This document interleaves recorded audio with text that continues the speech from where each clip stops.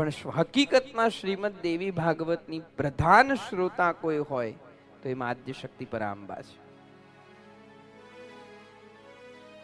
એ જ બેસીને સાંભળી રહી છે, કારણ કે એને પોતાના ભક્તોના ચરિત્રો સાંભળવા છે.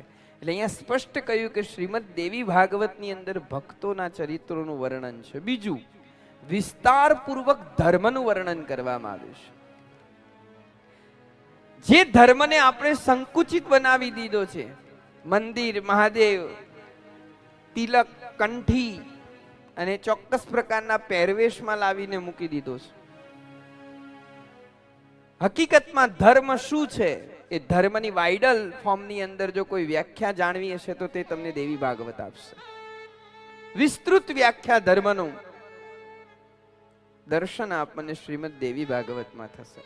અને ત્રીજું, ગાયત્રીના પ્રસંગથી શરૂ કરી અને ગાયત્રી સુધી આનો વિરામ છે.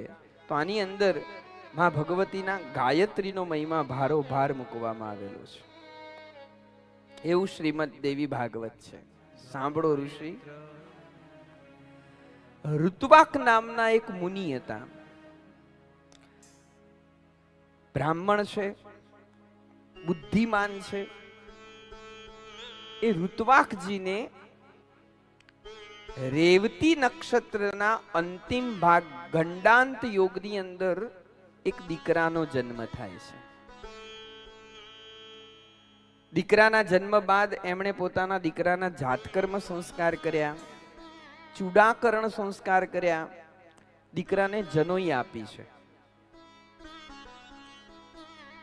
પણ બન્યું એવું કે જ્યારથી આ દીકરાનો જન્મ થયો છે ત્યારથી ન જાણે આ ઋષિના જીવનમાં દુઃખનું આગમન થયું હોય. સતત ઋષિ દુઃખમાં ઘેરાયેલા રહે, શોકગ્રસ્ત રહે, ઘરમાંથી દવાખાનું જાય જ નહીં, રોગગ્રસ્ત રહે, એમની પત્ની પણ બીમારના બીમાર રહે, ઘરમાં પૈસાની કોઈ બચત ન થાય, અને જ્યાં રહે જુઓ ત્યારે ક્લેશ, ઉપદ્રવ, એવું જ વાતાવરણ. ઋષિને સમજાતું નથી. દીકરો પણ મા બાપના કોઈ સંસ્કારોને સાંભળવા કે મા બાપની કોઈ વાતને સમજવા માટે તૈયાર નથી. બન્યું એવું કે દીકરો જેવો તરુણ અવસ્થામાં આવ્યો તો કોઈક મુનિની દીકરીને વળી ઉપાડીને લાવ્યો, એનું હરણ કરીને લાવ્યો. આટલો બગડ્યો. અને આવો કુપુત્ર જ્યારે પેદા થયેલો જાણ્યો છે ત્યારે ઋષિ બોલે છે કે કુપુત્ર એ સ્વર્ગમાં ગયેલા પિતૃઓને પણ નરકમાં નાખે છે. તે જ્યાં સુધી જીવે છે ત્યાં સુધી મા બાપને કષ્ટ જ આપે છે. આવા પાપી પુત્રના જન્મને ધિક્કાર છે. આવો પુત્ર કોઈ માટે ઉપકારક નથી. માટે કહ્યું, ધન્યાસ્તે માનવા લોકે સુપુત્રો યદ ગૃહે સ્થિતઃ પરોપકારશીલશ્ચ પિતૃમાતૃસુખા. આ સંસારની અંદર એ લોકો ધન્ય છે કે જેમના ઘરે પરોપકાર પરાયણ અને માતા પિતાને સુખ આપનાર દીકરાનો જન્મ થાય છે. કારણ કુપુત્રેણ કુલમ નષ્ટ કુપુત્રેણ હતમ યશ.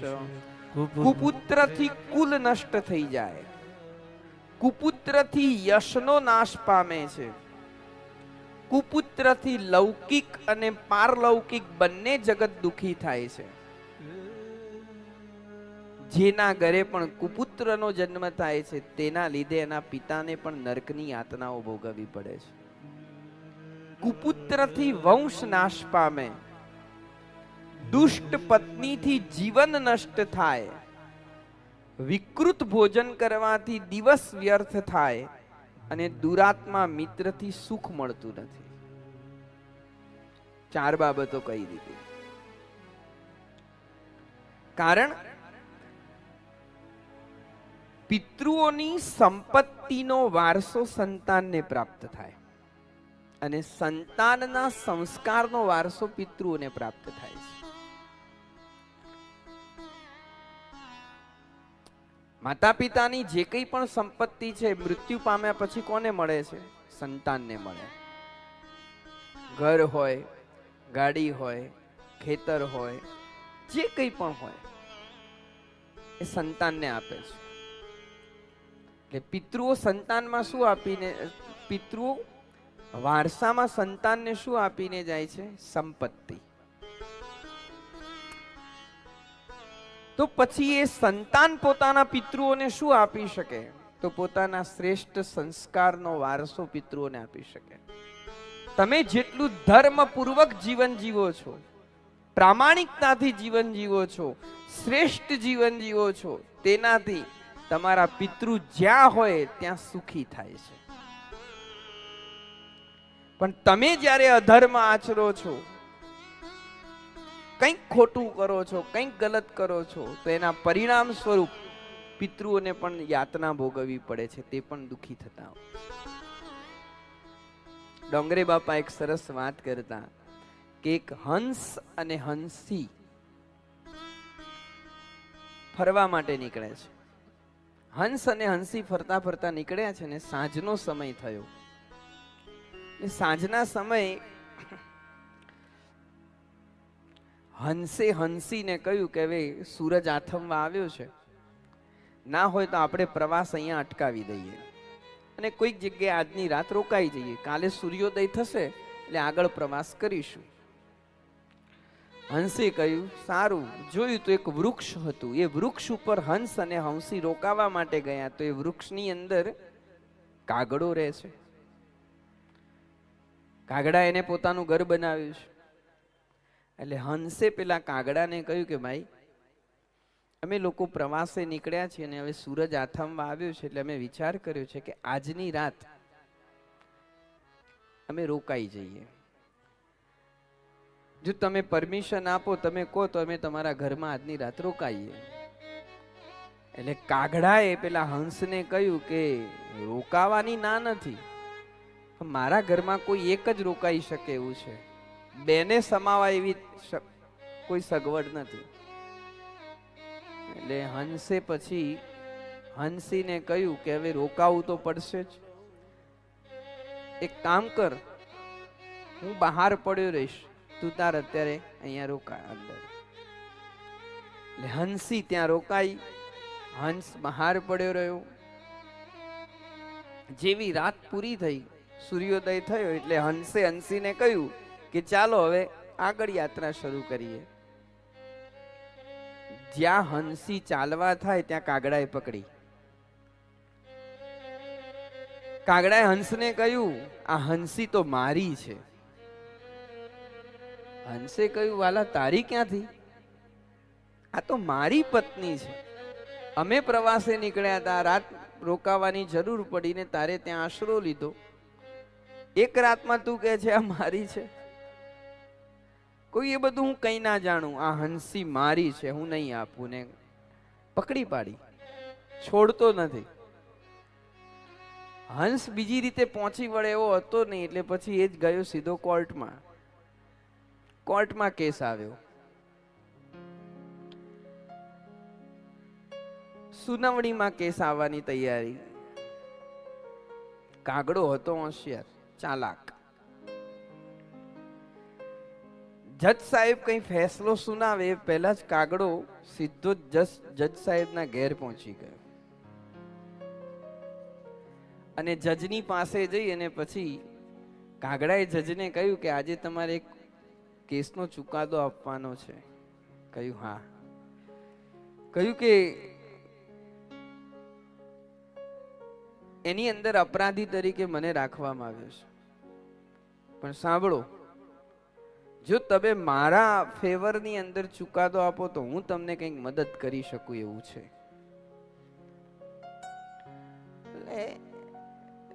જજે કહ્યું તારી મદદની મારે શું જરૂર છે ને હવે તું મને શું મદદ કરવાનો, તો તારી પાસેથી મને શું ફાયદો? કહ્યું નહીં, મોટો ફાયદો છે.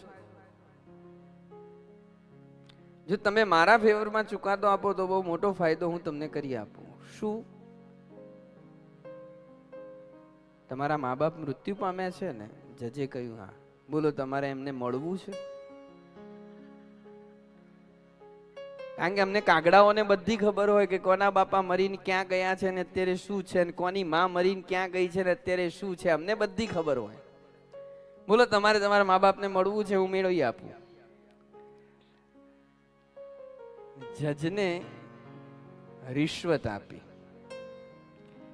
જજે કહ્યું મારે મા બાપને મળવાની ઈચ્છા તો કોને ના થાય, મારે મળવું છે. તો કહ્યું બસ ત્યારે આજે ચુકાદો મારા ફેવરમાં આપો, પછી જો હું તમને તમારા મા બાપને મળવા આપું. કોર્ટ ભરાઈ, જજ સાહેબ આવ્યા, કેસ સાંભળ્યો અને છેલ્લે જજ સાહેબે ચુકાદો આપી દીધો કે ભાઈ આ હંસી છે ને એ તો કાગડાની છે, હંસની નથી. અને કાગડાના ફેવરમાં ચુકાદો આપી દીધો.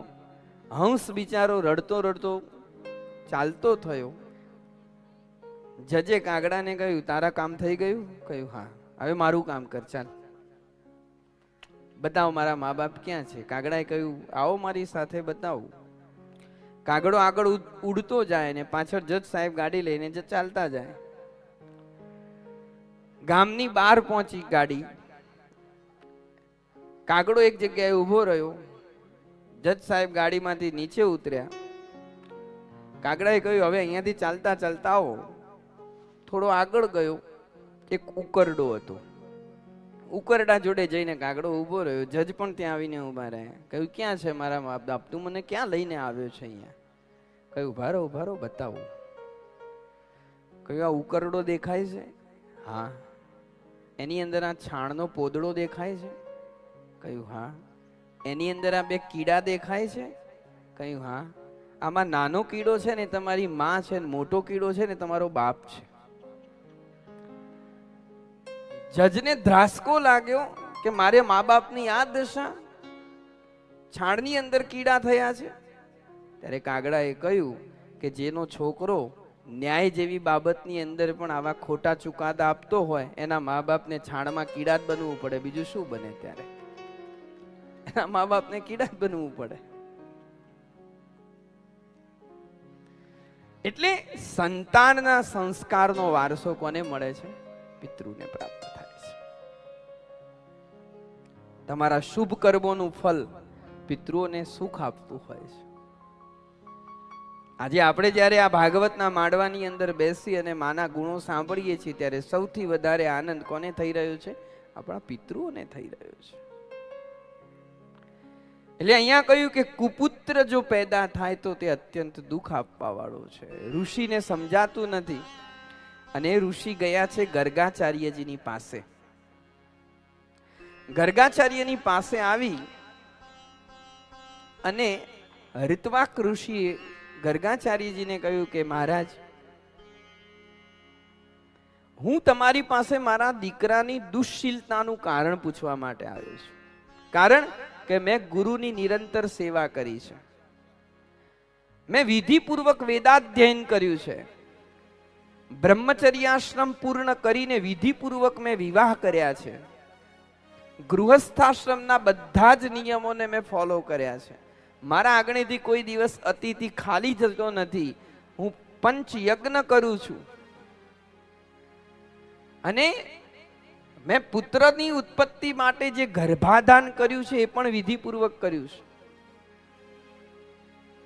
મેં કેવલ મારી કામ સંતુષ્ટિ માટે કે વાસનાને પૂરી કરવા માટે પુત્રોત્પત્તિ નથી કરી.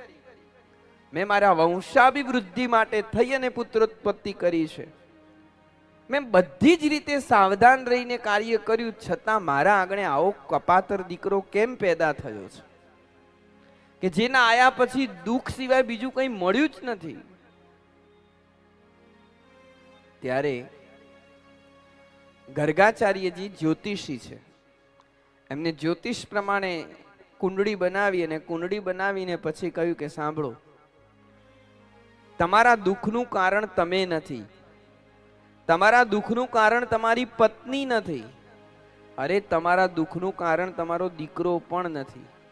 તો કહ્યું કે તમારા દુઃખનું કારણ તમારા દીકરાનો જે નક્ષત્રમાં જન્મ થયો છે તે ખરાબ નક્ષત્ર છે, એ એનો પ્રભાવ નાખે છે. તમારા દીકરાનો જન્મ રેવતી નક્ષત્રના અંતિમ ભાગમાં ગંડાંત યોગમાં થયો છે, અને ગંડાંત યોગની અંદર જેનો જન્મ થાય એનું આ સ્થિતિ થાય. આપણે ત્યાં કેટલાક નક્ષત્રો અશુભ ગણવામાં આવે છે. જ્યોતિષીઓ એટલા માટે કેટલાક નક્ષત્રોની વિધિ બતાવે કે ભાઈ આશ્લેષા નક્ષત્ર એ સર્પ નક્ષત્ર કહેવાય.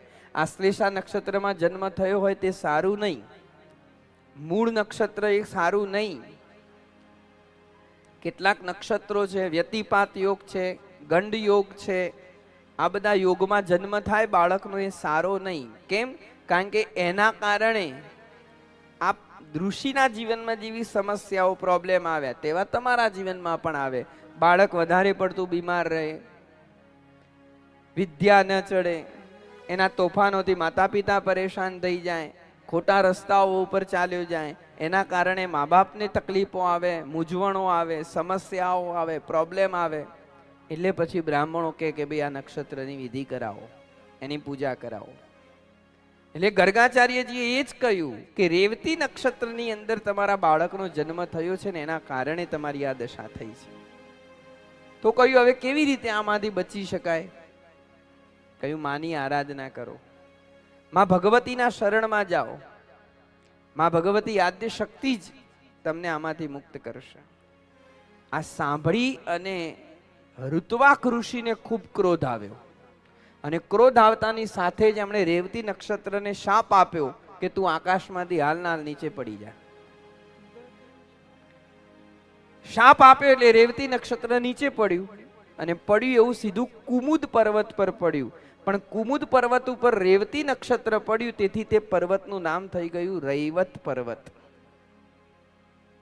રેવતીના પડવાથી.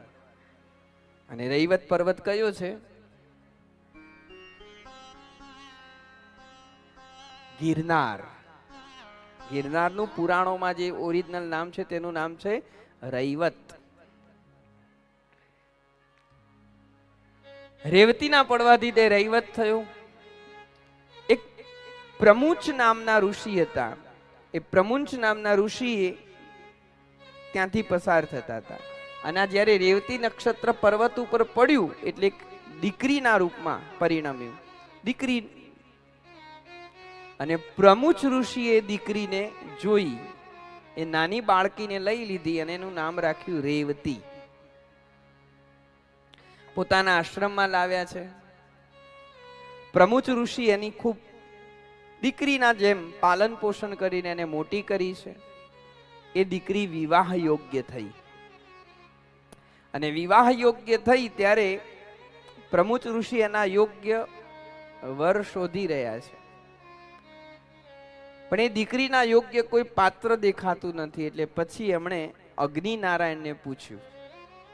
ઋષિ અગ્નિહોત્ર કરવા માટે ગયા છે, અને અગ્નિનારાયણને જઈ અને ઋષિએ પૂછ્યું કે હે અગ્નિદેવ, હું તમારી નિત્ય આરાધના ઉપાસના કરું છું, મારી દીકરીને યોગ્ય વર બતાવો. ત્યારે અગ્નિનારાયણે કહ્યું કે ઋષિ, તમારે દીકરીને યોગ્ય વર તમે શોધો તો તે છે રાજા દુર્દમ. એ તમારી દીકરીને યોગ્ય છે. આ તરફ બન્યું એવું કે દુર્દમ પણ આવ્યા હતા ઋષિના આશ્રમમાં, અને આ રેવતી બહાર ફરતી હતી, અને દુર્દમના મુખમાંથી તુરંત જ એને જોઈને નીકળી ગયું કે હે પ્રિય, તમારા પિતાજી ક્યાં છે?